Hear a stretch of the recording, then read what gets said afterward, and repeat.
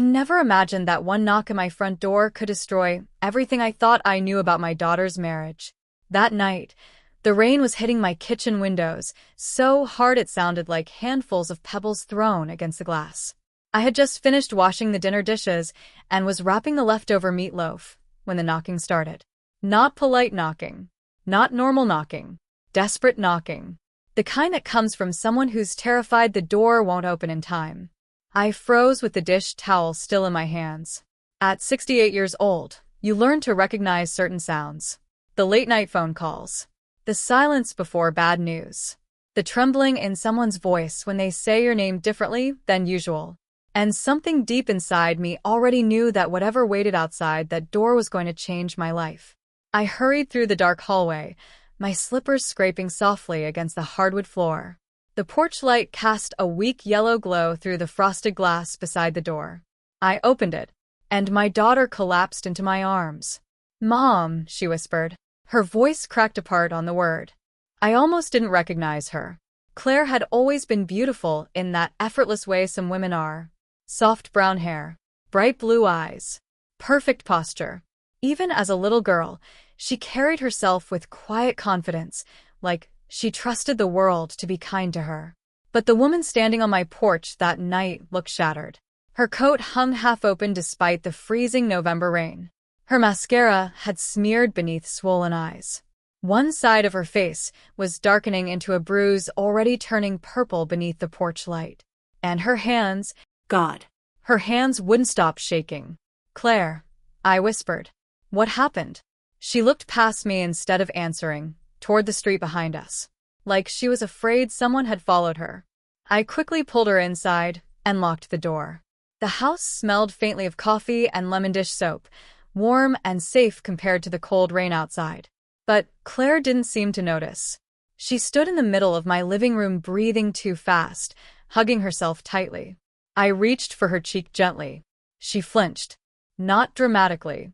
Just enough to break my heart. Oh, sweetheart. That was when I saw the bruises hidden beneath the collar of her sweater. Finger-shaped bruises. My stomach turned cold.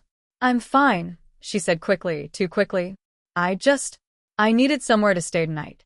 No mother believes those words when her child looks like that. I guided her toward the couch, trying to stay calm even though my chest had started pounding so hard it hurt. Claire sat carefully, like even sitting caused pain. I brought her a blanket, then tea, then the first aid kit I kept beneath the kitchen sink. She thanked me for each thing in that small, distant voice people use when they're trying not to fall apart. Outside, thunder rolled across the neighborhood. Inside, my daughter stared at the floor like she was afraid to look at me too long. "I slipped," she finally murmured. I said nothing, because mothers know. We know when our children lie to protect themselves. And we know when they lie because they're protecting someone else. I dabbed antiseptic carefully across the cut near her eyebrow. Claire winced but didn't pull away this time. "How long has this been happening?" I asked softly. Her eyes lifted to mine for one brief second. Fear. Not shame. Fear. Then she looked away again. "You wouldn't understand." The words landed quietly between us. I wanted to say, "Try me." I wanted to say, "I carried you for 9 months. I held your hand through chickenpox and heartbreak and panic attacks. I sat beside your hospital bed when you broke your arm at 12. There is nothing in this world I wouldn't understand if it meant protecting you." But before I could speak, her phone rang. Claire jerked so violently the tea nearly spilled from her hands. The screen lit up across the dark living room. Ethan. Her husband. She stared at his name like it was a loaded weapon. "Don't answer it," I said immediately. But she already looked panicked. "If I don't answer, he'll get worse." Worse. Such a small word for something so terrible. Claire finally picked up the phone with trembling fingers. "Hácelo." I could hear his voice faintly through the speaker. Calm. Controlled. Almost charming. That frightened me more than yelling would have. "Claire," he said smoothly. "Where are you?" She swallowed hard. "I'm at Mom's house." A pause. Then a soft laugh. "You shouldn't have run off like that." I watched my daughter physically shrink into herself at the sound of his voice. I just needed space. No, he replied calmly. You had another episode. Episode. The word made my stomach tighten. Claire closed her eyes. I didn't. You attacked me again. Ethan interrupted gently, almost sadly. Your mother really needs to help you get control of these emotional outbursts. I stared at the phone. For a second, I genuinely wondered if I'd heard him correctly. My bruised daughter sat trembling beneath my blanket while her husband calmly described her as the dangerous one. Then he said something that made my blood run cold. She told me you used to hit her when she was younger, he continued softly. I think tonight brought back old trauma for her. Claire's face went completely pale. Ethan, stop. I'm not blaming you, Linda, he said in that maddeningly calm voice. I know you did your best raising her, but Claire can become unstable when she's triggered. Unstable. Triggered. Every word sounded rehearsed. Clinical. Carefully chosen. Like he'd practiced this conversation before. I suddenly realized something horrifying. This wasn't panic. This wasn't damage control. This was a narrative. And he had already decided I was going to be the villain in it. I think Claire should come home, he continued, before she hurts herself again. That was the moment I took the phone from my daughter's shaking hand. No, I said quietly. Silence. Then Ethan laughed softly. Mrs. Bennet, you are not taking my daughter anywhere tonight. His voice remained perfectly calm. I understand you're emotional. Emotional. Another carefully selected word. The kind men like Ethan used when they wanted women to sound irrational. I looked at my daughter sitting beside me with bruises blooming across her skin like spilled ink. And for the first time in my life, I felt something colder than anger. I think, Ethan continued gently, Claire may have exaggerated what happened. I almost admired how smoothly he lied. Almost. She fell, he said. Then she started screaming, throwing things. Honestly, I was worried she might hurt herself.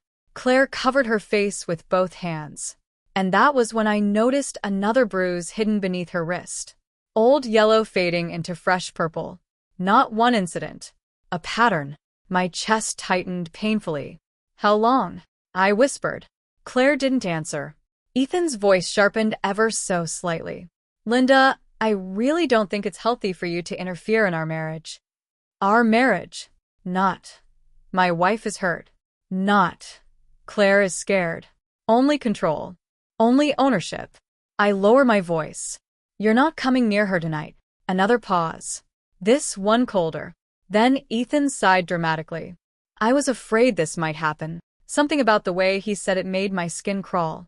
Like this conversation was unfolding exactly the way he wanted. Claire needs professional help, he continued softly. And, honestly, I think some of her behavior may come from childhood trauma involving you. I stared at the phone in disbelief. The audacity of it was almost unreal. He wasn't just covering abuse. He was building a case against me. Claire suddenly grabbed my arm. Mom, she whispered frantically. Please. Don't make him angry. Don't make him angry. Not he's angry. Make him angry. Meaning she already lived her life, trying to prevent explosions. Trying to manage his moods. Trying to survive him. I looked at my daughter, then really looked at her. At the bruises she tried to hide beneath makeup. At the nervous way she kept glancing toward the windows. At the exhaustion carved into her face. And beneath the fear, I saw something even worse. Shame. The kind shame abused women carry when someone has convinced them their pain is their own fault. I handed the phone back to Claire. She whispered quietly for another minute before ending the call. The house fell silent except for the storm outside. Claire sat motionless on the couch staring at nothing. Then, very softly, she said, He told everyone I attacked him. A chill moved through me. What do you mean everyone? Her eyes filled slowly with tears. His parents, our friends, even the neighbors. She looked down at her bruised hands. He said if anyone saw my face, he'd tell them you did it. The room suddenly felt smaller, colder, like the walls themselves had shifted. Because deep down, I realized something terrifying. Ethan wasn't afraid of the truth coming out. He was making sure nobody would believe it when it did. Claire barely slept that night. Neither did I. Around 3 in the morning, I found her sitting alone at my kitchen table wearing one of my old gray cardigans.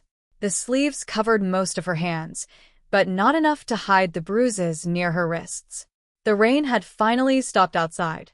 Water still dripped softly from the gutters while the streetlights reflected against the wet pavement like melted gold.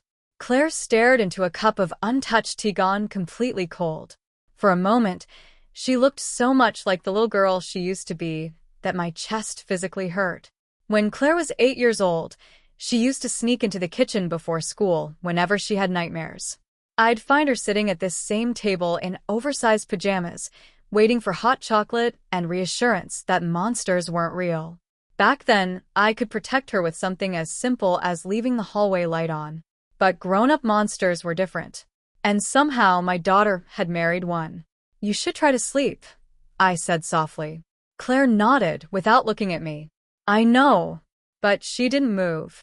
Neither of us mentioned Ethan again for a while. The silence between us felt fragile, like thin ice over dark water. I opened the refrigerator and took out the leftover blueberry pie I'd baked earlier that week. Claire used to love blueberry pie when she was younger, especially with too much whipped cream. I cut her a slice anyway. She managed a faint smile when I placed the plate in front of her. Still trying to feed me through every crisis? Some habits don't disappear. That almost made her laugh. Almost. She picked at the crust quietly before finally whispering, "I didn't mean to drag you into this." The words bothered me more than the bruises. Because women only say things like that after someone has spent years convincing them their suffering is an inconvenience to other people. "You didn't drag me into anything," I replied carefully. "You came home." Home. Claire's eyes filled immediately at that word. She looked away fast, embarrassed by her own emotion. I pretended not to notice. That's another thing mothers learn over time. Sometimes dignity matters more than comfort. "I should probably leave in the morning," she murmured. No, her head lifted slightly. "Mom, you're not leaving with bruises on your face and fear in your voice." Claire stared down at the table again. "You don't understand how he gets." I watched her fingers tighten around the coffee mug. "He always knows how to sound believable," she whispered. That's the worst part.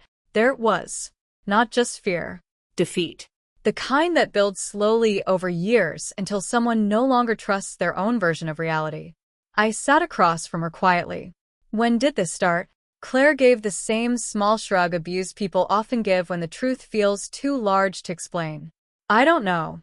But mothers notice timelines." And as I looked at my daughter sitting beneath my kitchen light, pieces of the last few years began sliding together in my mind like puzzle pieces finally finding their shape. At first, Ethan had seemed perfect.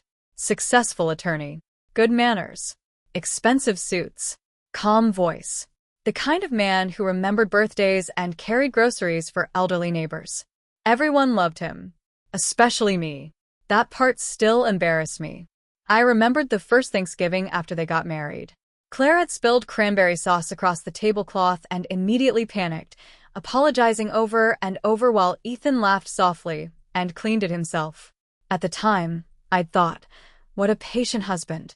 Now I remembered something else. The way Claire kept apologizing long after the mess was gone. The way her hands shook while cleaning. The way Ethan kept saying, "It's okay, sweetheart. Calm down." Like he was soothing someone unstable instead of comforting a nervous newlywed. Back then, I hadn't understood the difference. Now I did. I leaned back slowly in my chair. "He's been controlling you for a long time, hasn't he?" Claire's eyes immediately filled with panic. "No. He's just..." She stopped herself. Then came the excuses. The excuses women learn to recite like prayers. "He gets stressed. Work has been hard. He didn't mean it. It's complicated." I listened quietly because interrupting shame only makes people retreat deeper into it. Finally, Claire whispered, "He always says I make him act that way." That sentence settled into the room like poison. No mother is prepared for the moment her child says something like that. I suddenly remembered all the small changes I'd ignored over the years. Claire stopped wearing sleeveless dresses. stopped meeting friends without Ethan, stopped laughing loudly. Even her phone calls became shorter, careful, measured, as if someone might be listening nearby. At Christmas 2 years ago, I remembered asking why she wore makeup to a family breakfast. She'd smiled too quickly and said, "Just trying to look alive." At the time, everyone laughed. Now I wondered what she'd been covering. Claire suddenly stood up from the table and wrapped her arms around herself tightly.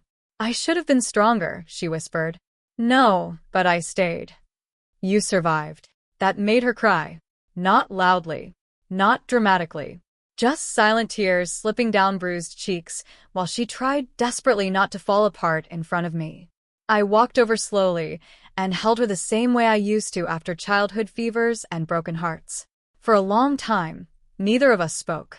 Then quietly, almost too softly to hear, Claire whispered, "He says nobody would ever believe me." A cold feeling settled deep in my stomach. Because I already suspected Ethan was right. Men like Ethan built their reputations carefully. Outside their homes, they were charming, patient, successful, generous. They shook hands firmly, remembered anniversaries, donated to charities, smiled at neighbors. And women like Claire? By the time anyone noticed something was wrong, they already looked exhausted enough to seem unstable. I gently brushed hair away from her bruised temple. "Did he do this tonight?" Claire nodded against my shoulder. I closed my eyes briefly. "When we were at dinner." Her breathing became uneven again. "He thought I embarrassed him." How?" Claire gave a hollow little laugh that hurt more than crying would have. "I interrupted him while he was telling a story. That was all. Not betrayal. Not violence. Not cruelty. Just interruption." And somehow my daughter had ended the evening bruised and terrified because she spoke at the wrong moment. I felt something inside me shift then. Not rage. Something colder. "Clearer." The kind of clarity that comes when fear finally turns into resolve. Because deep down, I realized something terrifying. Claire hadn't come home because tonight was the first time Ethan hurt her. She came home because tonight was the first time she thought he might not stop. The next morning, Claire acted like nothing had happened. That frightened me more than the bruises. I woke up just after 6 and found her already dressed in yesterday's jeans, standing at the kitchen counter making coffee, as if she were simply visiting for the weekend. Morning sunlight filtered softly through the curtains above the sink. The storm had passed during the night, leaving the neighborhood quiet and washed clean. Outside, a few wet leaves clung stubbornly to the sidewalk while someone nearby started a lawnmower far too early for a Saturday. Everything looked normal, but nothing felt normal anymore. Claire kept her sleeves pulled low over her wrists. She had covered the bruise near her cheekbone with makeup, though I could still see traces of purple beneath the foundation. She caught me looking. "I look worse than I feel," she said lightly. It was such a practice sentence that I immediately knew she'd used it before. Maybe many times. I poured myself coffee slowly and sat across from her at the table. Claire focused carefully on stirring cream into her mug even after it no longer needed stirring. People do that when they're trying not to talk. "You don't have to go back today," I said. Her spoon stopped moving. "He'll expect me home." The way she said he'll expect it made my chest tighten again. Not, "He'll miss me." Not, "He'll worry." Only expectation. Only obligation. Claire finally looked up at me, exhaustion sitting heavily behind her eyes. "You don't understand how bad this could get if I stay here too long." I studied her quietly. "What exactly are you afraid he'll do?" For a second, I thought she might answer honestly. Then I watched the wall go back up behind her eyes. "He'll just get angry. Just angry." As if anger explained bruises. As if anger explained fear.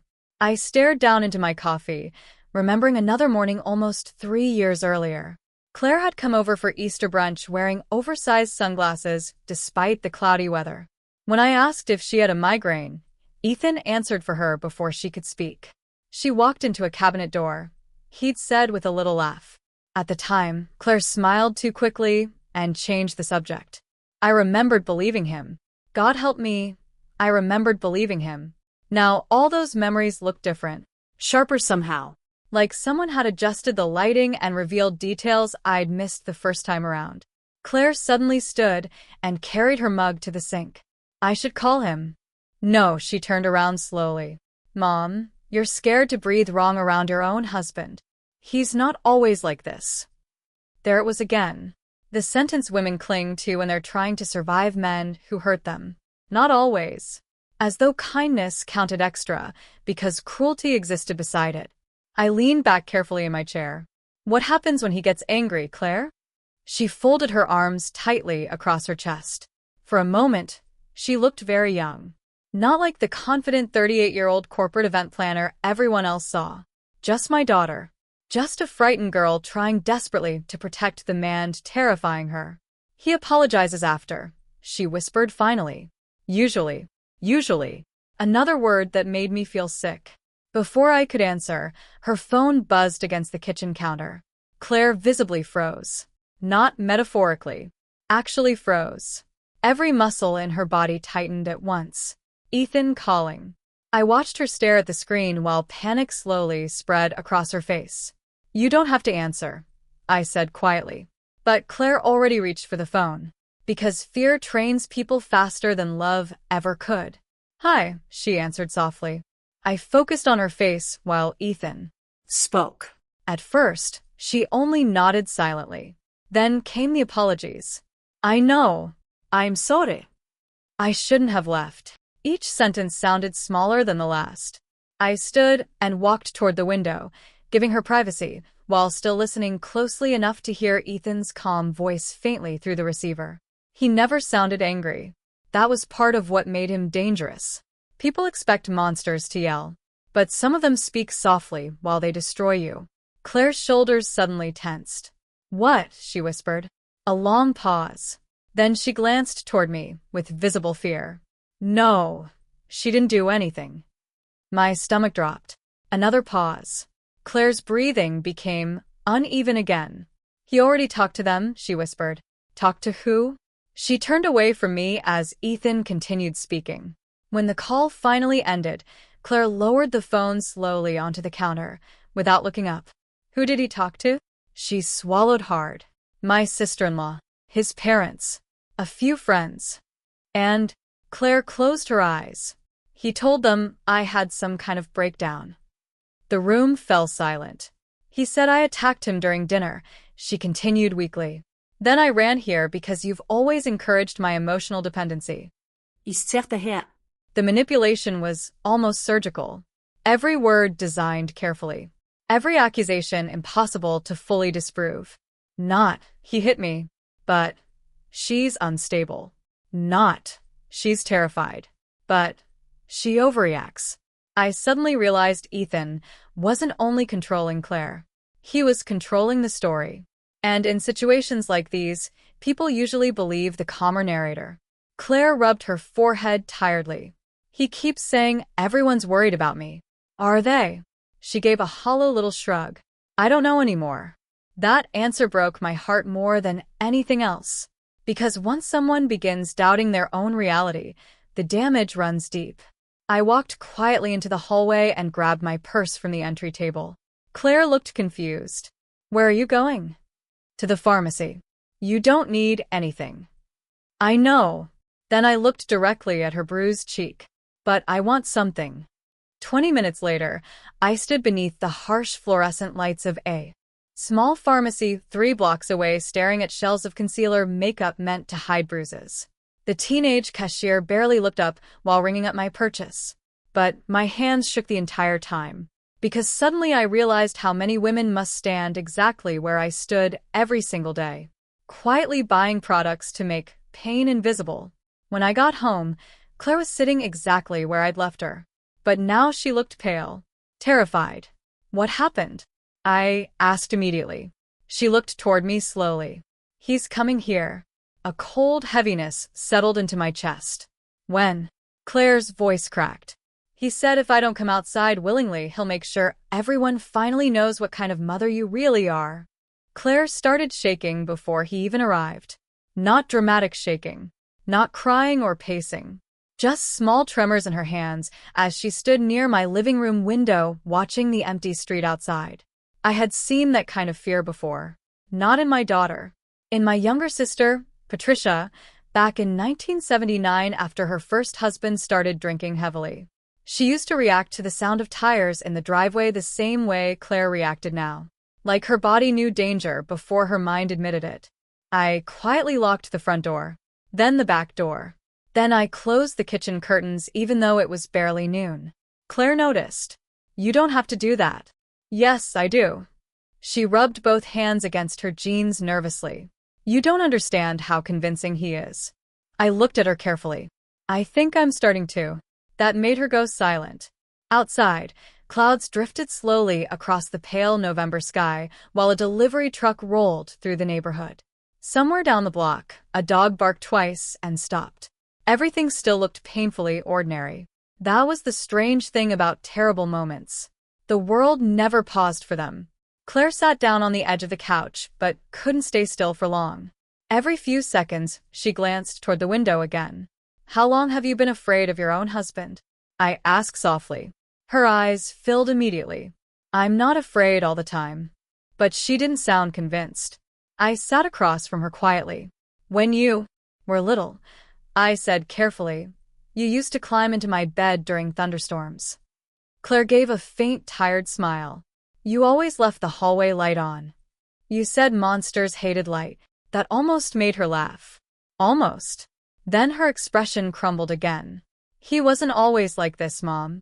I noticed she still spoke about Ethan the way people talk about someone worth saving. That's what emotional manipulation does. It teaches people to separate the cruelty from the person delivering it, as though the abuse is just weather passing through. "When did he first hurt you?" I asked gently. Claire stared at the carpet for a very long time. "About a year after we got married." A heaviness settled into my chest. "He apologized after." Of course he did. Men like Ethan always apologized. Not because they regretted hurting someone, but because they needed the relationship to continue. Claire wrapped her arms tightly around herself. "It was never all the time at first," she whispered. "That's what makes it confusing." I stayed quiet. He'd get angry over little things. Then afterward he'd buy flowers or book a weekend trip or tell me he was under pressure at work. Her voice sounded distant now, like someone describing a story they still didn't fully believe belonged to them. "The first time he grabbed me hard enough to leave bruises, he cried afterward." I closed my eyes briefly. Claire continued staring at the floor. "He said his father used to hit his mother, and he was terrified of becoming that kind of man." Classic. Confession mixed with self-pity. Turn the victim into caretaker. I suddenly remembered a dinner party at their house last summer. Claire accidentally dropped a wine glass in the kitchen, and Ethan reacted instantly. Not yelling. Worse. His entire face changed. Just for 1 second. Cold. Sharp. Dangerous. Then, he smiled again the moment he noticed me watching. At the time, I convinced myself I imagined it. Now I understood why Claire looked terrified for the rest of that evening. The doorbell suddenly rang. Claire physically jumped. Her breathing stopped. I stood slowly, while she grabbed my wrist hard enough to hurt. "Please don't make him angry," she whispered. There it was again. Not, "Please protect me. Please manage him." Like she believed his violence was something other people caused. I gently touched her hand. "You stay here." The bell rang again. 3 calm rings. Not aggressive. Not impatient. That somehow made it worse. I walked to the front door and looked through the peephole. Ethan stood on the porch holding Claire's coat folded neatly over one arm. Perfect posture. Calm expression. Expensive charcoal coat. If someone filmed him standing there, he'd look like a worried husband coming to collect his emotionally distressed wife. Not a man whose wife flinched when his name appeared on her phone. I opened the door halfway. "Linda," he said warmly. Warmly. As though we were discussing dinner plans instead of bruises. "Thank you for letting Claire stay here while she calmed down." Calmed down. Another carefully selected phrase. I said nothing. Ethan sighed softly and lowered his voice. "She's had a difficult few months." I stared at him. Up close, he looked exactly the same as always. Neatly trimmed hair. Calm blue eyes. Wedding ring polished. Not a wrinkle in his clothes. No visible cracks. That's the terrifying thing about men like Ethan. Abuse rarely looks like people expect. I think she may have exaggerated what happened last night, he continued carefully. You know how emotional Claire can become. Emotional. There it was again. He spoke about my daughter the way doctors discuss unstable patients. Not wives. Not partners. Problems. I folded my arms. She came here bruised. For the first time, something cold flickered behind his smile. Claire bruises easily. The answer arrived too fast. Prepared. Practiced. I suddenly realized this wasn't the first time he'd needed explanations. Ethan tilted his head slightly. May I come inside? No. The silence stretched between us. Then he smiled again. Linda, I understand this situation looks upsetting. Looks upsetting. Not as upsetting. Every sentence created distance between actions and responsibility. She had another outburst at dinner, he explained calmly. I tried to stop her from hurting herself. I thought about Claire trembling in my kitchen. All night. About the bruise, shaped like fingerprints, near her throat. About the terror in her eyes every time his phone calls appeared. Then I looked back at Ethan standing calmly on my porch. And for the first time, I understood something deeply unsettling. The danger wasn't his temper. The danger was how reasonable he sounded while lying.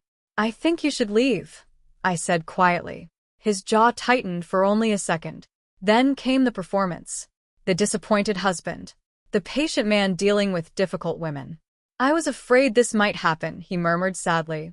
Behind me, I heard the soft creak of the hallway floorboards. Claire had stepped into view. The second Ethan saw her, his entire expression changed. Not anger. Ownership. Claire, he said softly. Baby, come home. Claire immediately lowered her eyes. And in that moment, I realized something horrifying. My daughter wasn't deciding between two places. She was deciding which version of fear felt safer. Claire stood frozen in the hallway. Ethan remained on the porch watching her with that same calm expression that had probably convinced dozens of people he was a good man. Maybe even a perfect husband. For a few terrible seconds, nobody moved. The grandfather clock in my living room ticked loudly in the silence, while cold November wind slipped through the partially open door. Then Ethan smiled gently. There you are. Claire's fingers curled tightly against the sleeve of my cardigan. I noticed she still wouldn't fully look at him. Not directly.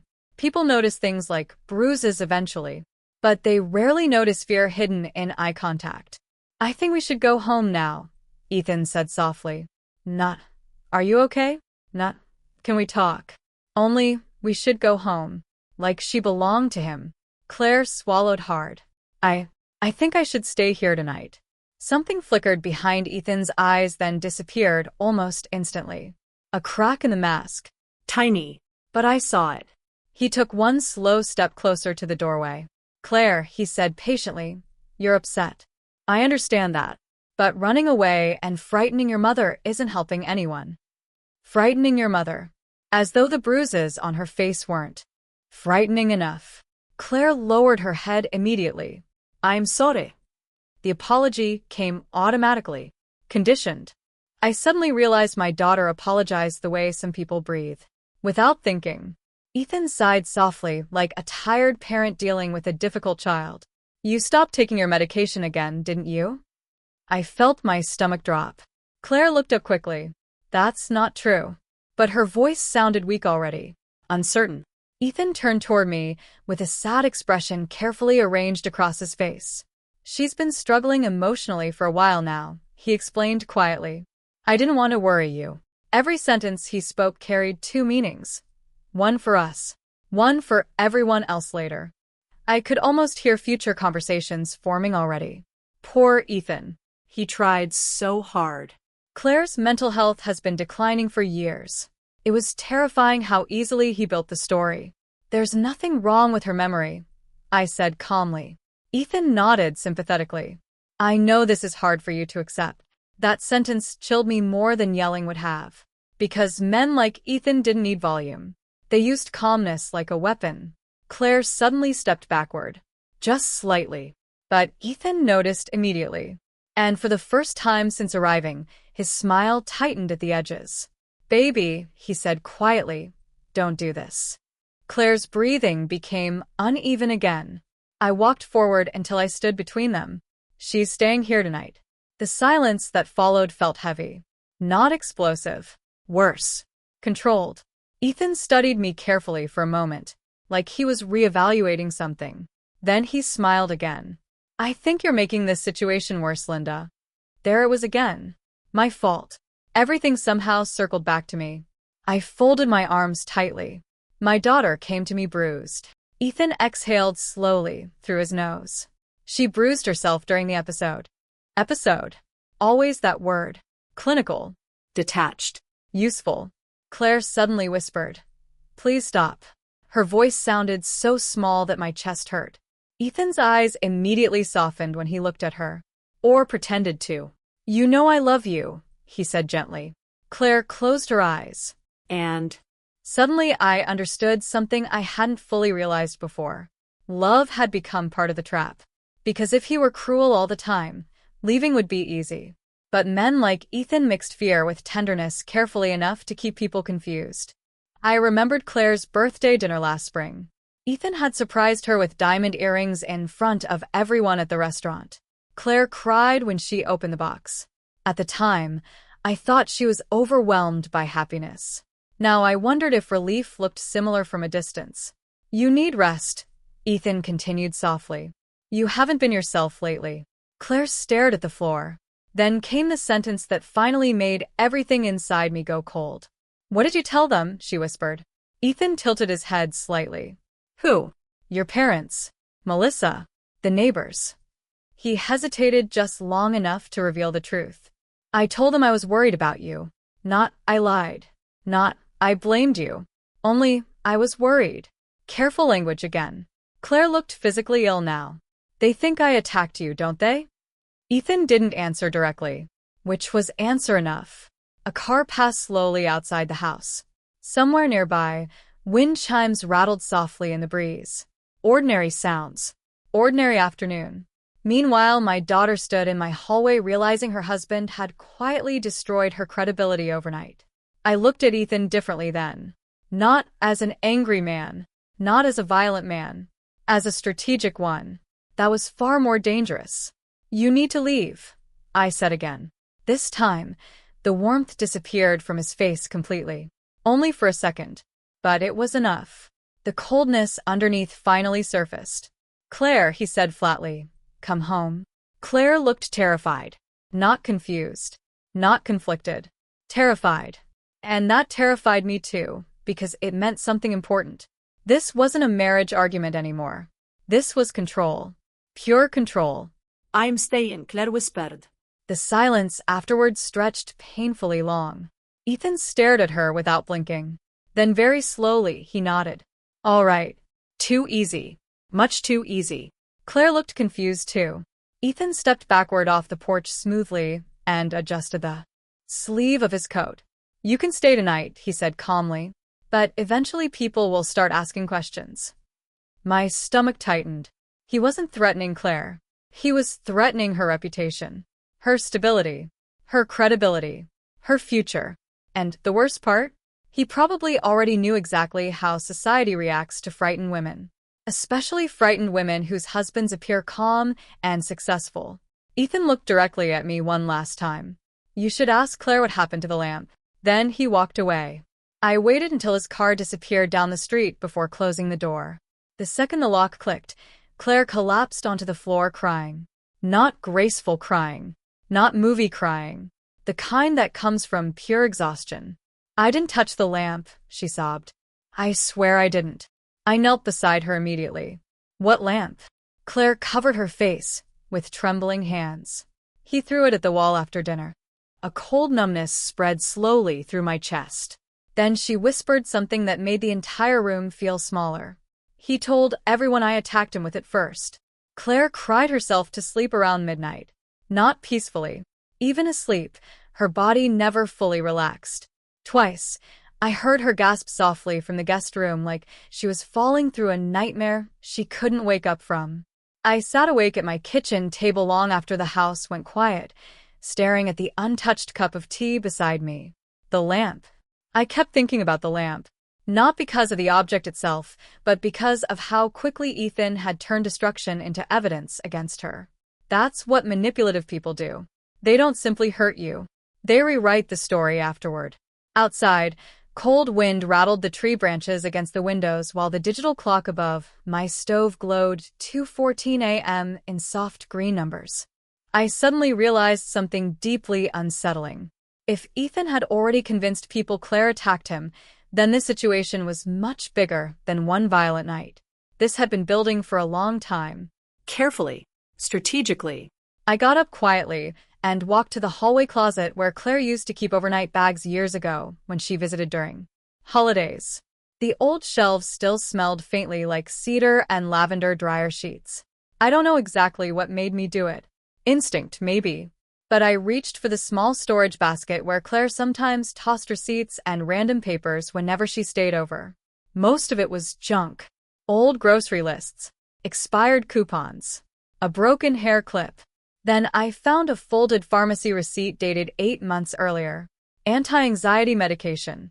Prescribed to Claire. My stomach tightened. Not because medication itself meant anything was wrong. Lord knows half the women my age take something for anxiety these days. But because suddenly Ethan's words made more sense. She stopped taking her medication. She had an episode. She's unstable. He wasn't inventing lies from nothing. He was building them around fragments of truth. That's what made them believable. I sat back down at the kitchen table holding the receipt in my trembling hands.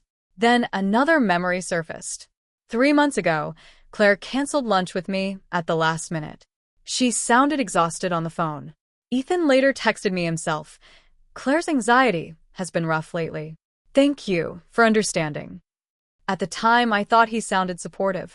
Now I wondered if he'd been managing my perception of her for years. I suddenly felt sick. Because once I started looking backward honestly, the pattern appeared everywhere. Small comments. Tiny corrections. Subtle explanations. Always positioning Claire as fragile, emotional, forgetful, and always positioning himself as patient. I barely slept at all. The next morning, I woke to the smell of coffee brewing. Claire stood barefoot in my kitchen wearing one of my old sweaters, staring out the window above the sink. For a second, she looked peaceful. Then I noticed how quickly she flinched when my floorboards creaked behind her. Sorry, I whispered automatically.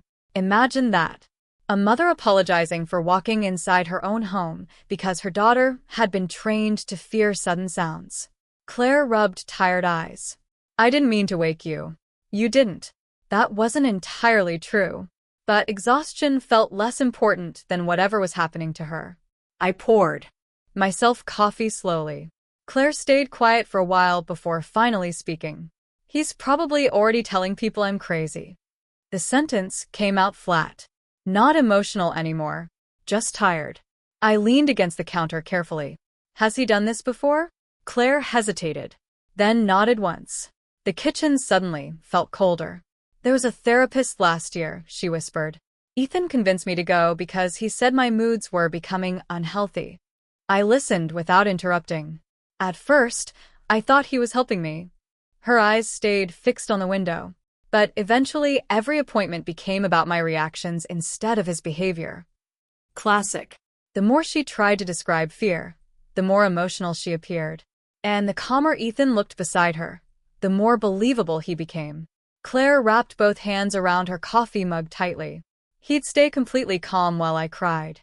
I closed my eyes briefly, because I understood exactly what that looked like from the outside. One composed husband. One distressed wife. People always trust calmness. Even when calmness is cruelty, wearing a clean shirt. I started recording myself sometimes, Claire admitted quietly. I looked up sharply. What? She swallowed hard. After fights. Because he'd tell me conversations happened differently than I remembered. A heaviness settled deep in my chest. Gaslighting. Not the internet version people throw around casually. The real kind. The kind that slowly dismantles someone's confidence in their own mind.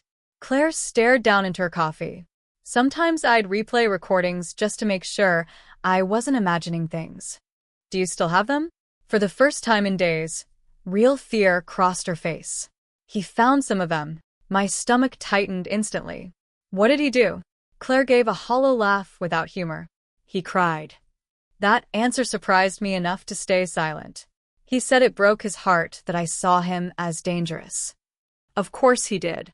Manipulative people rarely respond with rage first. They respond with wounded disappointment. Because guilt controls kinder people better than fear does. Claire looked exhausted now. Like every memory physically drained her. I deleted most of them after that. I stared down at the kitchen floor for several seconds. Then one detail suddenly clicked into place. Most. Claire froze. Very slightly. But enough. I looked at her carefully. You still have some recordings, don't you? Silence. Then slowly, Claire nodded. My heartbeat quickened for the first time since this nightmare began. Where? She looked toward the hallway instinctively before lowering her voice. In a hidden email account. For the first time in 2 days, something besides fear moved through me. Not relief. Not hope exactly. Something steadier. Because suddenly Ethan's version of the story no longer felt untouchable. Claire stared at me nervously. You can't tell anyone, she whispered. If he finds out. The sentence broke apart halfway through. I reached across the table and gently held her shaking hand. I won't. And as I sat there watching my daughter struggle to trust her own reality, I realized something important. Ethan made one mistake. He spent years convincing Claire she was weak. But fear forces people to notice things. And somewhere along the way, my daughter had quietly started collecting proof. That afternoon, Claire finally showed me one of the recordings. Not because she trusted me completely yet, but because I think she was too exhausted to carry everything alone anymore. We sat side by side at my kitchen table while cold sunlight faded slowly through the windows. The November sky had turned gray again, heavy with another incoming storm. Claire held her phone so tightly her knuckles looked pale. You can't react loudly, she whispered. The fact that she needed to say that before playing audio from her own marriage made my chest ache. I nodded quietly. Then she pressed play. At first, the recording sounded ordinary. Dishes clinking. A television somewhere in the background. Claire asking if Ethan wanted more coffee. Normal life. That's how these things always sound in the beginning. Then Ethan's voice changed. Not screaming. Something worse. Controlled irritation. The kind designed to make someone feel small without leaving obvious marks. You interrupted me 3 times tonight, he said flatly through the speaker. Claire's recorded voice sounded nervous immediately. I was just answering Melissa's question. No, isen replied calmly. You were trying to embarrass me. Beside me, present day, Claire closed her eyes tightly. On the recording, several seconds passed in silence. Then Ethan laughed softly. You always do this. His voice stayed level, measured, dangerously calm. People imagine abusive men sounding monstrous. But Ethan sounded reasonable. That was the terrifying part. Recorded, Claire started apologizing. Over and over. I didn't mean to. I'm sorry. I wasn't trying to upset you. Each apology became smaller than the last. Then came a loud crashing sound. I flinched despite myself. Claire immediately paused the recording. The kitchen fell silent again. My heart pounded hard enough to hurt. The lamp. I whispered. She nodded without looking at me. For several seconds, neither of us spoke. Then, quietly, Claire pressed play again. This time Ethan's voice sounded colder. Look what you made me do. The sentence settled into my bones like ice water. Not, I threw something. Not, I lost control. You made me do it. Classic blame. Classic manipulation. Recorded, Claire sounded like she was crying now. Then came another sound. A sharp inhale. Like pain. I looked at my daughter slowly. That's when he grabbed you? Claire nodded once. Tears slipped silently down her face. He squeezed my arms so hard I couldn't move my fingers afterward. I stared at the phone in disbelief. Not because I doubted her anymore, because hearing cruelty recorded so casually felt almost unreal. And still Ethan never yelled, never sounded wild. If anything, his calmness made the recording more disturbing. Then his voice came again, through the speaker. If anyone sees those bruises, we both know what they'll think. Claire stopped the recording instantly. The room felt colder now, like something poisonous had been released into the air. He knew, I whispered. Claire wiped beneath her eyes tiredly. He always knows exactly what he's doing.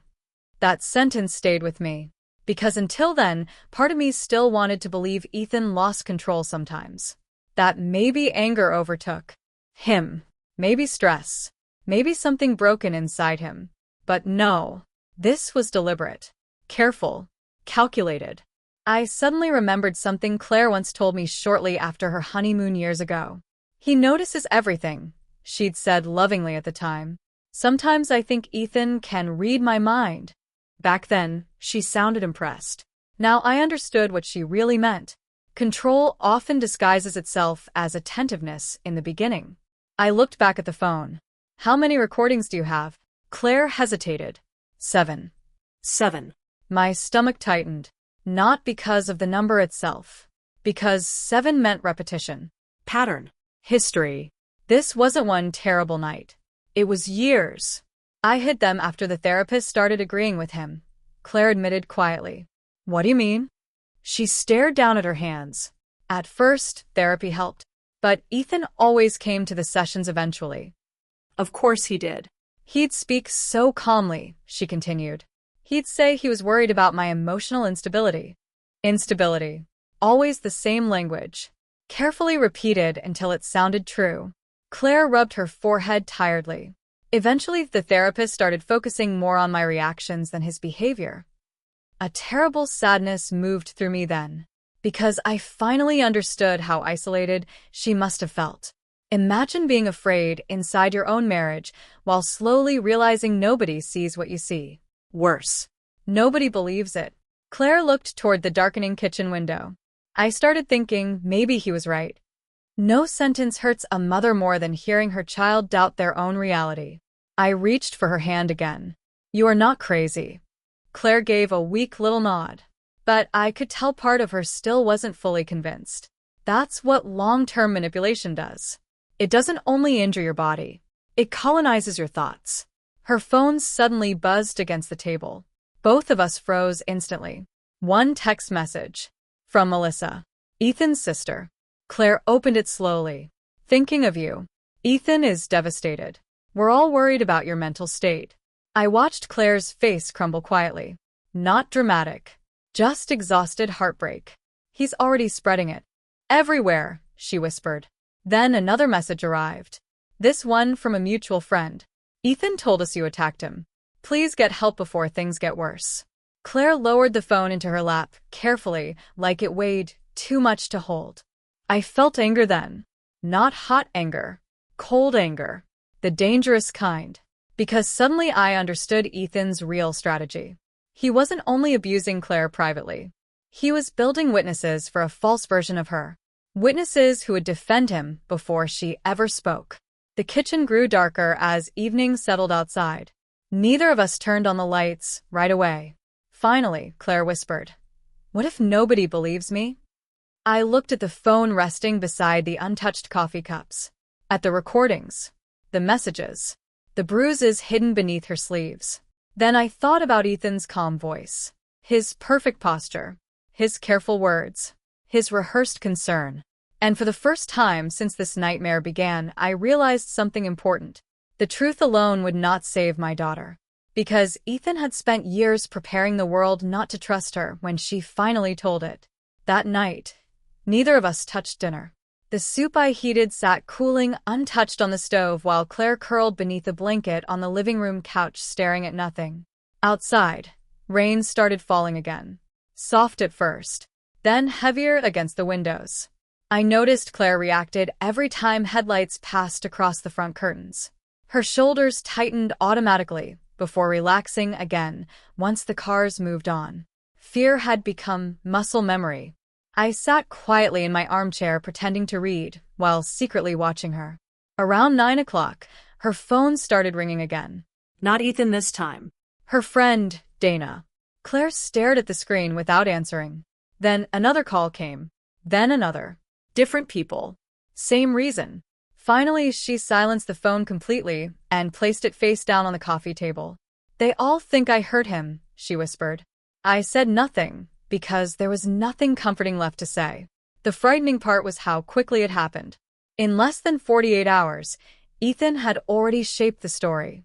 And because he sounded calm while Claire looked frightened, people naturally trusted him. That realization sat heavily inside me. I suddenly remembered something my late husband used to say during jury duty years ago. The calmest person in the room usually wins. At the time, I thought he meant confidence. Now I understood something darker. People mistake composure for honesty all the time. Claire pulled the blanket tighter around herself. I shouldn't have left the house that night. I looked up sharply. Don't say that. But maybe if I had stayed quiet. No, my voice came out firmer than expected. Claire looked startled. For several seconds, neither of us spoke. Then more softly, I said, "You are not responsible for another person's cruelty." Claire lowered her eyes immediately, like the words physically hurt her. That's when I realized how deeply Ethan's voice lived inside her head now. Even when he wasn't in the room. Her phone buzzed again against the table. This time, it was a voicemail notification. Claire hesitated before pressing play. Melissa's voice filled the living room. "Claire, we're really worried about you." Ethan showed us the bruise near his eye. "He said your mom has been encouraging your paranoia for years." My chest tightened. The manipulation had expanded now. Not only unstable, paranoid. And somehow, I was becoming part of the diagnosis. Melissa continued carefully. "Nobody's angry. We just think you need help before things get worse." The message ended. Claire slowly lowered the phone into her lap. Then, quietly, she said something that chilled me completely. "He hit himself once before." What? Claire swallowed hard. "About 2 years ago." Rain tapped steadily against the windows while she spoke. "We argued after a work fundraiser. He thought I embarrassed him in front of one of his clients." I waited silently. He went into the bathroom afterward. When he came out, his lip was bleeding. A cold heaviness spread slowly through my chest. He told me if anyone asked, he'd say I threw a wine glass at him. The room felt very still. "What happened?" Claire stared down at her hands. "I apologize." That answer hurt more than I expected. Not because I blamed her. Because survival teaches people terrible things. "You were scared," I said gently. Claire nodded weakly. He kept saying nobody would ever believe me over him. And maybe that was true. That was the ugliest part. Ethan understood appearances perfectly. Successful attorney, volunteer donor, polished speaker, calm husband. Meanwhile, Claire looked exhausted half the time from years of fear and confusion. One version looked trustworthy. The other looked unstable. I suddenly stood from my chair and walked toward the hallway closet. Claire looked confused. "What are you doing?" "Getting something." A few minutes later, I returned holding an old photo album. Claire frowned softly. "Mom, look." I opened the album carefully across the coffee table between us. There she was at 16, laughing at the beach. Sunburned nose. Wild curly hair before she started straightening it for corporate jobs and dinner parties Ethan liked. Another picture. College graduation. Bright eyes. Confident smile. Then another. Claire dancing barefoot in my kitchen years before she met Ethan. Happy. Loud. Alive. I touched the corner of the photograph gently. This girl wasn't unstable. Claire's face crumpled instantly. For the first time since coming home, she truly cried. Not just exhausted tears. Grief. The grief of realizing how much of herself disappeared slowly inside that marriage. "I don't even recognize myself anymore," she whispered. I moved beside her on the couch and held her while she cried against my shoulder. Outside, thunder rolled softly in the distance. "I used to think I was strong," she said quietly. "You are." She shook her head immediately. No. "Strong women leave." I closed my eyes briefly, because that lie destroys so many women. as though surviving fear somehow means weakness. As long as you're breathing, I whispered. It's not too late. Claire wiped beneath swollen eyes tiredly. Then suddenly her expression changed. Fear again. Sharp this time. What? She grabbed her phone quickly. There's something I forgot. My stomach tightened instantly. What is it? Claire stood up too fast, nearly dropping the blanket. The security camera. What? Security camera? At the house. For the first time since arriving, genuine panic spread across her face. There's a camera above the garage. I ser det her. And Claire looked physically ill now. It records audio, too. A terrible realization settled between us. The lamp. The bruises. The argument. If Ethan controlled the footage, he controlled the evidence, too. Claire pressed trembling fingers against her forehead. Oh my God. What? He probably already edited it. The room suddenly felt colder. Because now I understood something even worse. Ethan wasn't only preparing lies after the violence. He had likely been documenting pieces of their marriage for years. Carefully selecting moments. Building a version of Claire designed to destroy her if she ever tried to escape. Then, very softly, almost like a child admitting fear in the dark, Claire whispered, "What if he planned for this long before I ever left?" Claire barely spoke after that. She sat curled beneath the blanket on my couch staring at the dark television screen while rain slid down the windows behind her in crooked silver lines. The security camera had changed everything. Until then, part of me believed Ethan reacted impulsively. That maybe he covered his behavior afterward out of panic or self-preservation. But planning was different. Planning meant patience. Planning meant intent. And suddenly every carefully chosen word, every calm explanation, every concerned phone call felt much darker. Around midnight, Claire finally whispered, "He used to joke about becoming a lawyer because he liked controlling narratives." I looked up from the untouched crossword puzzle in my lap. At the time, I thought he meant courtroom arguments. Her voice sounded hollow. Now I think he meant people. The house fell silent again. A few minutes later, Claire stood slowly from the couch and walked toward the hallway bathroom. I noticed she kept one hand against the wall slightly as she moved. Her ribs were hurting. She hadn't admitted it directly yet. But mothers notice things. When she disappeared down the hallway, I quietly picked up her phone from the coffee table. Not to invade her privacy.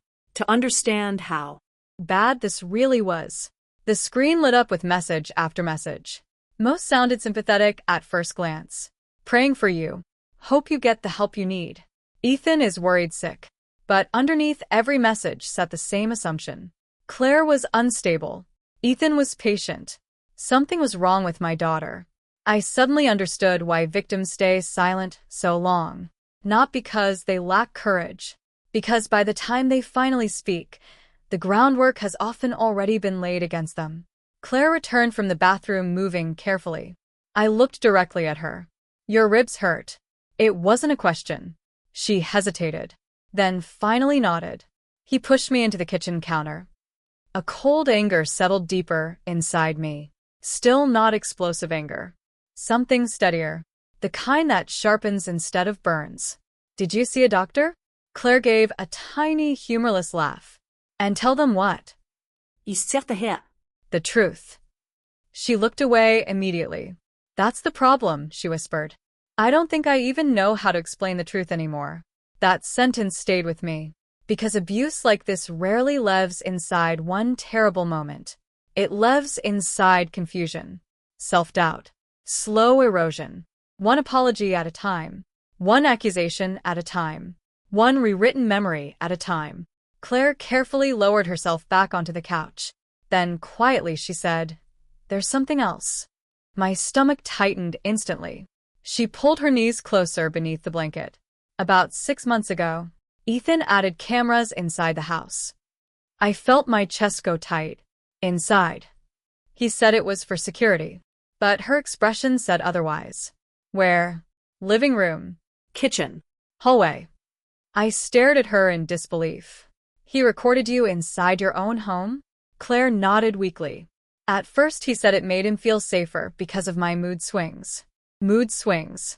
always language that made her sound dangerous, while making him sound reasonable. Claire rubbed both hands together nervously. Eventually, I stopped knowing when I was being watched. The room suddenly felt colder. I thought about my own home then. The quiet privacy of ordinary life. Cooking in pajamas. Crying privately. Sitting silently after. Arguments. Imagine losing even that. Imagine every movement potentially becoming evidence against you later. Claire looked exhausted now. He'd replay footage during arguments sometimes. Ich zerrte her. What do you mean? He'd pause videos and point out my expressions. My tone. The way I looked at him. A terrible heaviness settled inside me.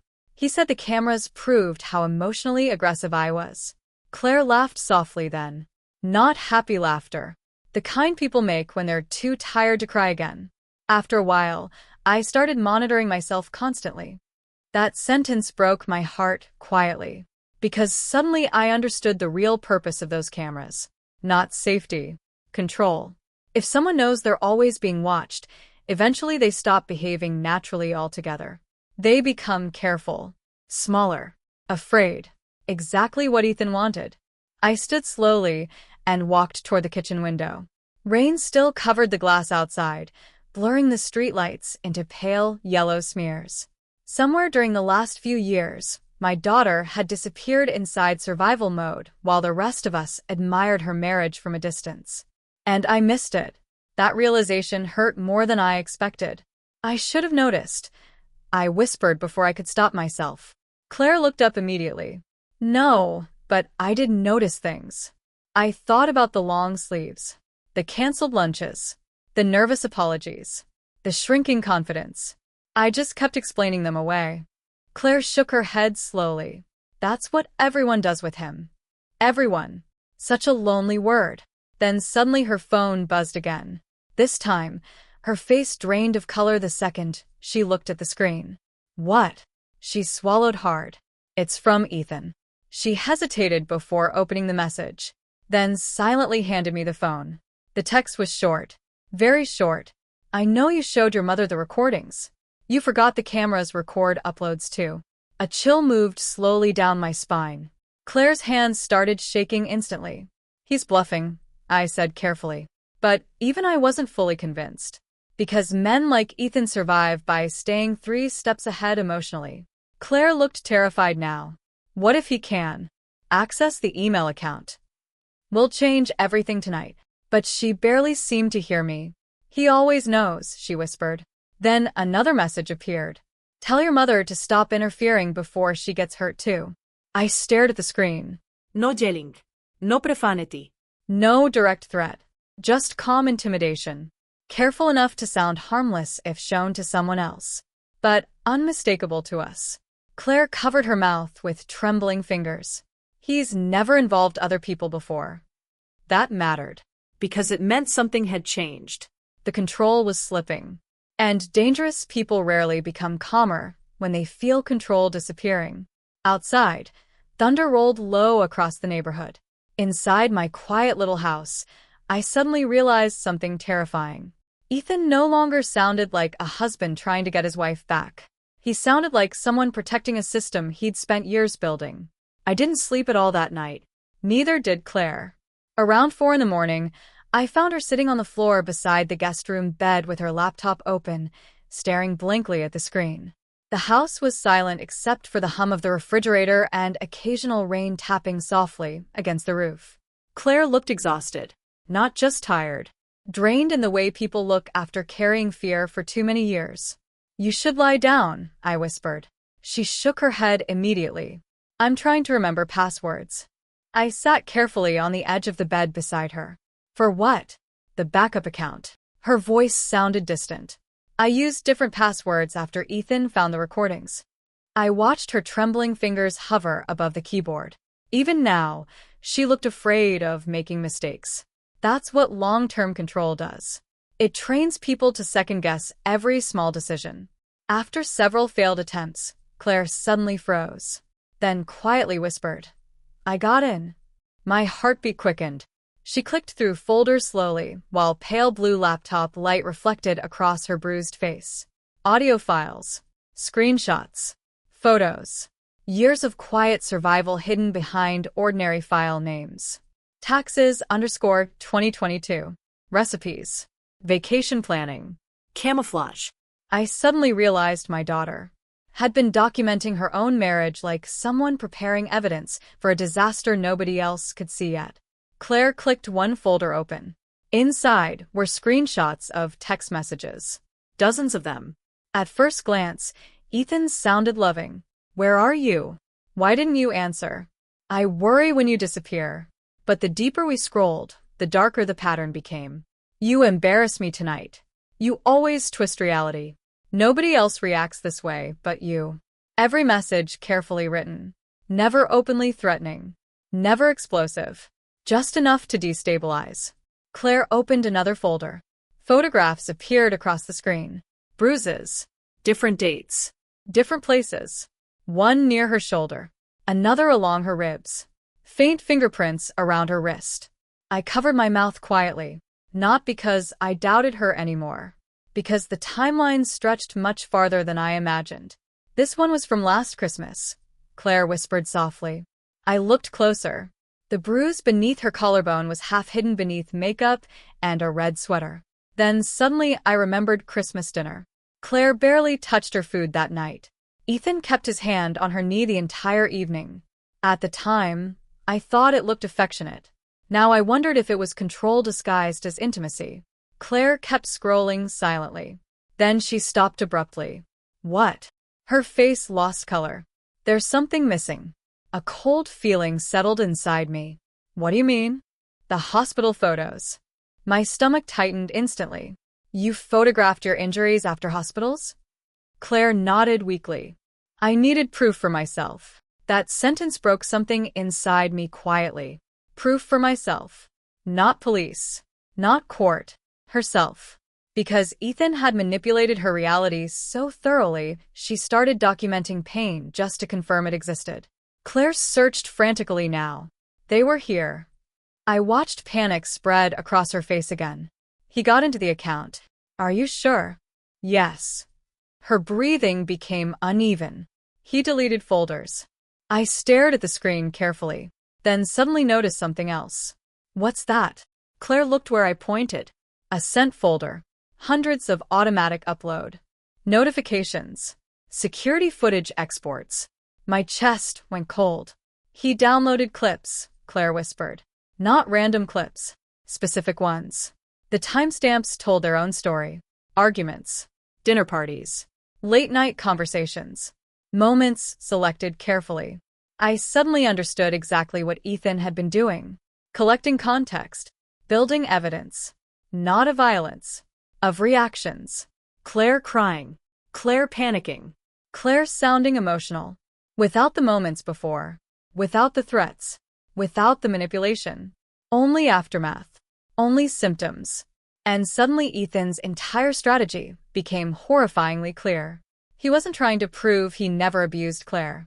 He was trying to prove Claire looked unstable while reacting to abuse. Which is much easier. Claire stared at the screen in horror. Oh my God. Then her phone rang. Unknown number. Both of us froze. Claire declined the call instantly. Seconds later, another number called. Then another. My stomach tightened. Who are they? Claire checked one voicemail with trembling hands. A woman's voice spoke gently through the speaker. Claire, this is Officer Daniels. Your husband requested a wellness check after concerning messages you sent him. Claire went completely pale. I never sent concerning messages. I believed her instantly. But Ethan understood something terrifying. Fear makes people sound unstable even when they're telling the truth. Claire's breathing became shallow now. He's escalating. Not emotionally. Strategically. That frightened me most. Because rage burns hot and reckless. But Ethan stayed calm. Organized. I suddenly remembered how meticulously he planned vacations years ago. Color-coded itineraries. Backup reservations. Printed confirmations. At the time, everyone praised how responsible he was. Now I wondered how terrifying that personality became inside private life. Another voicemail notification appeared. This time from Ethan directly. Claire stared at it for several seconds before pressing play.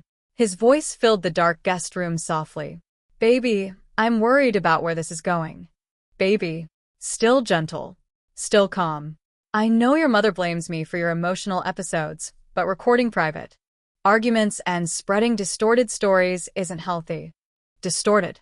Healthy. Every word chosen like a lawyer selecting evidence. Then came the part that made my blood run cold. If people see those recordings without context, they may misunderstand your condition. Condition. Not feelings. Not fear. Condition. Claire's hands shook violently now. He's trying to frame the recordings as proof I'm mentally unstable. I looked at the bruises still fading across her face. The hidden folders. The deleted evidence. The wellness check. And suddenly I realized something terrifying. Ethan had probably rehearsed this scenario long before Claire ever walked out that door. The recordings. The cameras. The concerned messages. The calm explanations. This wasn't panic management. It was preparation. Claire slowly closed the laptop. What if he wins? She whispered. Outside, dawn began creeping slowly across the rain-covered neighborhood. Soft gray light filled the guest room while my frightened daughter sat beside me looking like someone preparing to disappear. I gently reached for her hand. Then, for the first time since this nightmare began, I said the words out loud. We need a lawyer. Claire looked at me with pure fear. Because deep down, both of us understood the same thing. This was no longer only about surviving Ethan. It was about surviving the version of reality he'd already built around her. The lawyer's office smelled like old coffee and paper. Not warm paper. Not cozy paper. The dry, tired smell of people bringing broken parts of their lives into one room every day. Claire sat beside me clutching a folder against her chest, so tightly her fingers looked stiff. Outside the large office windows, downtown traffic crawled slowly through gray morning rain while people hurried along sidewalks carrying umbrellas and takeaway coffee cups. Ordinary life. Meanwhile, my daughter looked like she was preparing for trial instead of asking for help. Her bruises had started fading from deep purple into yellow shadows beneath makeup. But fear doesn't fade as quickly as bruises. I noticed Claire still flinched every time her phone vibrated. The lawyer, Sandra Whitmore, looked to be around my age. Early 60s, maybe. Silver blonde hair pulled neatly back. Calm eyes. The kind of woman who probably noticed more than she said. She listened quietly while Claire explained everything. The recordings. The cameras. The messages. The bruises. Sandra interrupted only occasionally to ask careful questions. Has he ever threatened self-harm? No. Children involved? No. Financial dependence? Claire hesitated there, then nodded slowly. Of course. Control rarely stops at emotions. He manages most of our accounts, Claire admitted softly. He said it reduced my stress. Sandra wrote something down. I watched Claire's face while she spoke. Every answer sounded apologetic somehow. Even now. Even here. That's what long-term emotional abuse does. It teaches people to explain their own suffering like they're inconveniencing others. Finally, Sandra leaned back in her chair quietly. Claire, she said carefully, everything you're describing follows a very recognizable pattern. Claire immediately looked ashamed. Not relieved.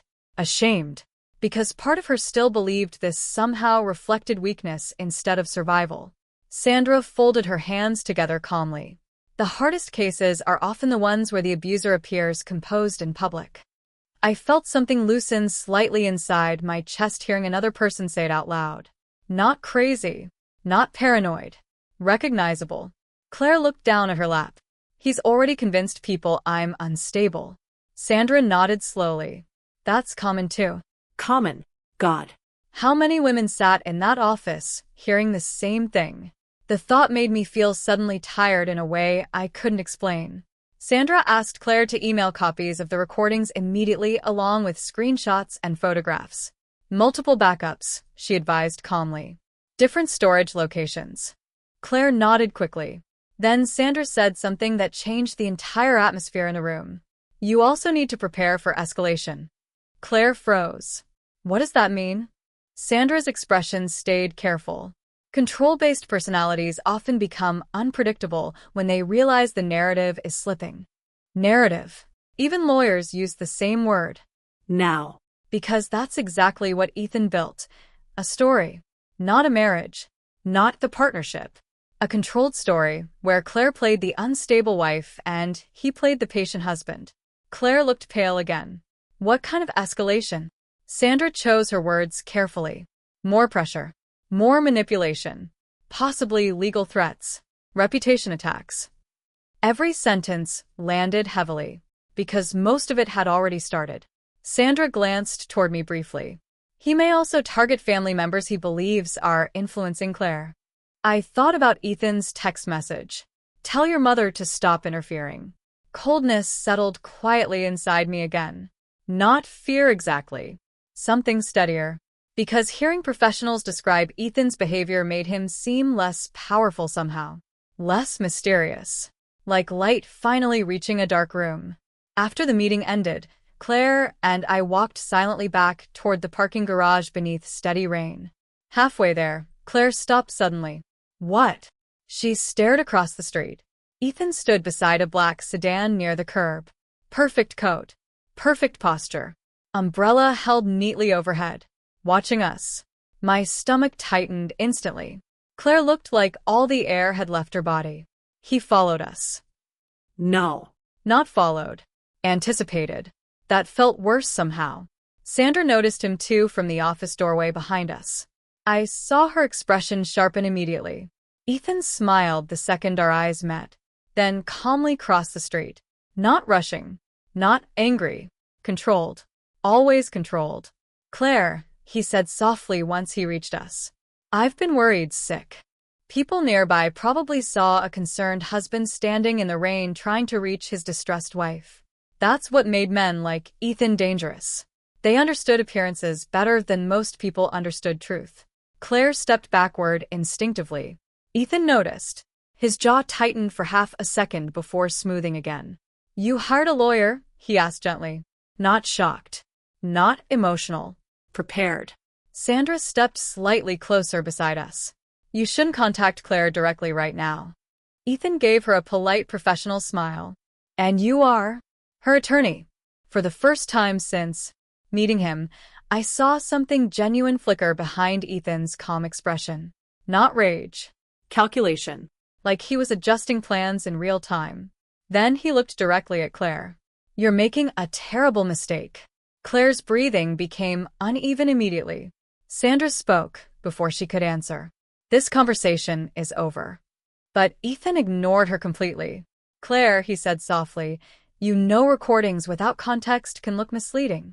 There it was again. Context. Always context.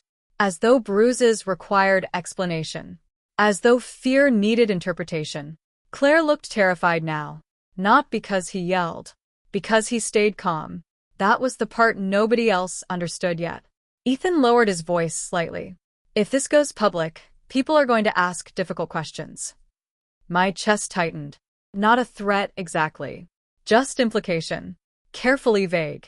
Legally safe. Emotionally sharp. Sandra stepped fully between them then. You need to leave. For several seconds, Ethan simply stared at Claire in silence.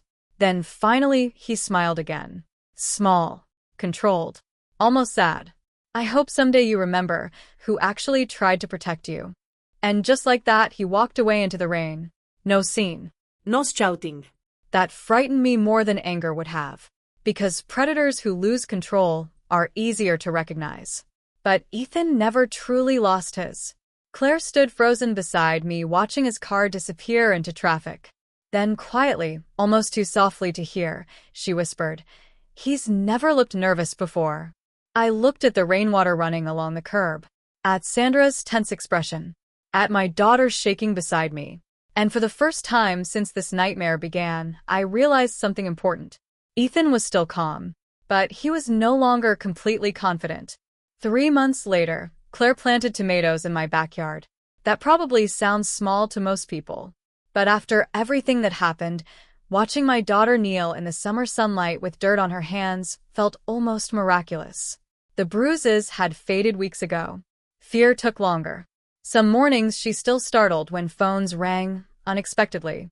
Some nights I still heard her bedroom floor creak at 2 in the morning when nightmares pulled her awake. Healing, I learned, doesn't happen cleanly. It happens quietly, in pieces. The legal process moved slower than either of us wanted. Ethan denied everything, of course. His attorney called the recordings emotionally selective. He described Claire as fragile and easily influenced. For a while, some people believed him. A few still probably do. That's another painful truth nobody talks about enough. Sometimes surviving abuse doesn't come with perfect vindication. Sometimes people cling to comfortable lies because accepting the truth would force them to question their own judgment too. But little by little, cracks started appearing in Ethan's version of reality. One recording contradicted his timeline. Another exposed inconsistencies in his statements. Then the security footage metadata revealed missing edits. Careful edits. Intentional edits. Sandra called me the evening they uncovered that detail. I remember standing at my kitchen sink while dusk settled outside the windows. He altered files, she said quietly. Not emotional. Not dramatic. Just factual. That mattered somehow. Because truth rarely arrives like thunder in real life. Sometimes it arrives as paperwork. A timestamp. A deleted segment. A technical inconsistency. Tiny things that quietly collapse larger lies. After that, Ethan's confidence changed. Not publicly. Publicly, he remained polished. But privately, the pressure started slipping through. His messages became colder. Less careful. Eventually, Sandra advised Claire to stop reading them entirely. By then, Claire had already begun changing in small ways. At first, I noticed it in her posture. She stopped folding into herself when speaking. Then her voice changed too. Stronger somehow. Less apologetic. One morning, I heard her laugh while talking to an old college friend on the phone. Not polite laughter. Real laughter. The kind that rises naturally before someone remembers to be afraid. I stood in the hallway listening quietly with tears in my eyes. Because I realized I hadn't heard that sound in years. One afternoon in early June, Claire finally returned to the house she once shared with Ethan. Not alone. Sandra arranged for a police escort while Claire collected her remaining belongings. I offered to go with her. She shook her head gently. I think I need to see it clearly this time. When she returned hours later, she looked exhausted but calm. No panic. No checking. Just tired clarity. What was it like? I asked softly. Claire sat at the kitchen table for a long moment before answering. Smaller. I understood exactly what she meant. Fear enlarges people. Distance restores proportion. She slowly wrapped both hands around a cup of tea. The cameras are still there. A chill moved through me despite the summer heat outside. Claire looked down quietly. I used to think they were watching me because I was failing somehow. Then she lifted her eyes toward me. But normal people don't build prisons out of surveillance. No. They don't. Weeks later, Ethan accepted a settlement agreement through his attorneys. No dramatic courtroom confession. No screaming collapse. Real life rarely gives endings that theatrical. But the recordings mattered. The edits mattered. The patterns mattered. And eventually, even carefully constructed lies become difficult to carry forever. Some friendships disappeared afterward. A few relatives avoided uncomfortable conversations by avoiding us entirely. Melissa never apologized. Neither did Ethan's parents. That hurt Claire at first. But healing teaches strange lessons. One of them is this. Closure doesn't always come from other people admitting they failed you. Sometimes closure comes from finally believing yourself. Late August arrived quietly. One evening, I found Claire standing barefoot in the backyard watching fireflies blink above the grass. The air smelled like cut lawn and summer rain. For a while, neither of us spoke. Then she said softly, I kept thinking strong women leave immediately. I looked at her carefully. The old fear still appeared sometimes around the edges of her expression. Trauma leaves echoes behind. But she looked present now. Awake. I don't think strength always looks dramatic, I said. Claire nodded slowly. I survived by becoming smaller, she whispered. Now I'm trying to learn how to exist again. That sentence stayed with me. Because recovery isn't becoming who you were before. It's learning who you are after survival. A few days later, Claire removed the last box from my guest room. Not because she was leaving forever. Because she signed a lease for her own apartment. I helped her unpack dishes that Saturday afternoon while sunlight spilled across hardwood floors and unopened boxes. The apartment was tiny. Plain. Quiet. But when Claire opened the windows, fresh air moved through the rooms like something blessing them. No cameras. No careful footsteps. No fear hiding inside ordinary silence. Just peace. Before I left, Claire hugged me tightly near the doorway. Then she whispered something I will carry for the rest of my life. I didn't come home because I was weak. I touched her hair gently. No, tears filled her eyes. I came home because somewhere deep down, I still believed you'd see the truth. After everything, that was the part that hurt most beautifully. Not the bruises. Not the lies. Not even the fear. The fact that beneath years of manipulation, my daughter still remembered one important thing. Home should be the place where you no longer have to prove your pain is real. And for the first time in years, Claire finally slept somewhere she didn't have to be afraid.